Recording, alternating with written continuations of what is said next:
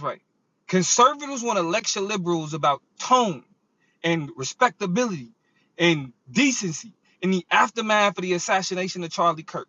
The same conservatives who downplayed tragedy after tragedy when the victims were black, brown, queer, or simply Democrats. Let's get into it. When George Floyd was murdered, Republicans did not mourn. Marjorie Taylor Greene called Democrats worshipers of a convicted felon. Marjorie Taylor Greene didn't care about that man's family. After George Floyd's death, Texas GOP officials circulated memes calling it a hoax. People like Charlie Kirk literally blamed this man for his own death, even though we watched him get choked out. Blamed it on fentanyl. You had people like Candace Owens making entire documentaries ridiculing this man dying. And y'all want to talk about decency? A Scottsdale, Arizona councilman literally mocked Eric Garner's dying words at an anti-mask rally, wearing a mask, talking about "I can't breathe." Republicans literally mocked this man's dying words, and y'all want to talk about decency? Y'all doing all this tone policing now, but where was y'all when Fox News aired a chart aligning stock market gains with the killings of black men, specifically George Floyd and Michael Brown? New Jersey corrections officers were filmed reenacting Floyd's murder as counter-protest theater.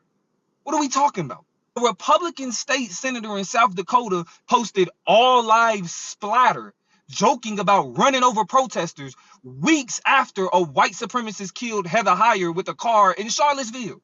Imagine telling liberals to be respectful after Kirk when your own party treated black men's last breaths and an anti-racist protester's death as punchlines. We can keep going. When Paul Pelosi was nearly beaten to death in his home, Donald Trump Jr. joked about a Halloween costume of underwear and a hammer.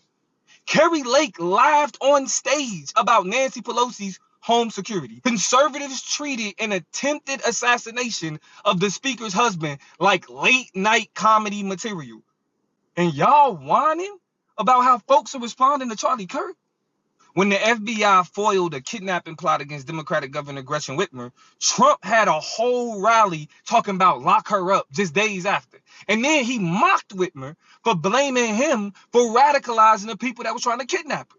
Conservatives didn't call for unity. They doubled down. When Puerto Ricans died by the thousands after Hurricane Maria, Donald Trump was shooting paper towels and then claimed that the Puerto Rican death toll was made up by Democrats to make him look bad. We can keep it going. After 49 mostly LGBTQ people were slaughtered at Pulse nightclub, Texas Lieutenant Governor Dan Patrick tweeted, "A man reaps what he sows."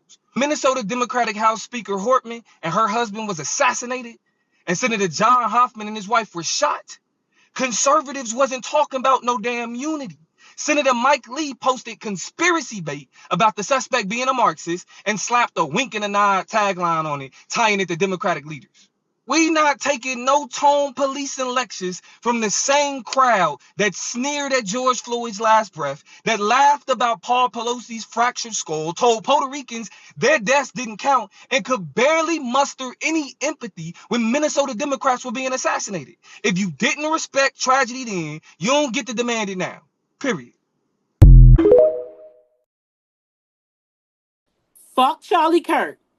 Amen. Fuck his wife and fuck them kids. The bitch knew who she married because she shared the same ideologies. And Sure trust did. and fucking believe that she is going to impart them ideologies on them fucking girls so that they can carry his racist ass narrative. That's what they going to do. So fuck all of them. Fuck everybody that think black people gotta have empathy. The motherfucker literally said he hates the word empathy. We are literally giving him what the fuck he wants. That is what he wants. He said gun violence is the price you pay for the Second Amendment. It is what it is. He died the way he lived, talking out the side of his motherfucking neck. He didn't want empathy. So why the fuck are y'all trying to force us to have empathy? Pisses me off about these saltine ass crackers.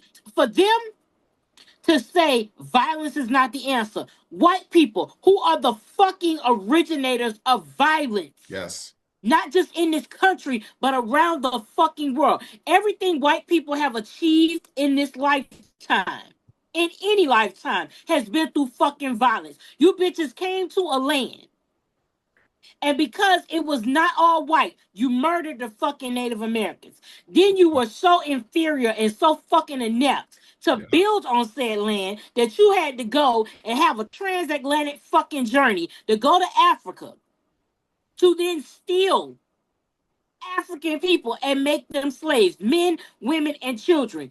You raped them, brutalized them, mutilated their bodies, and when they couldn't make the trip, you tossed them overboard.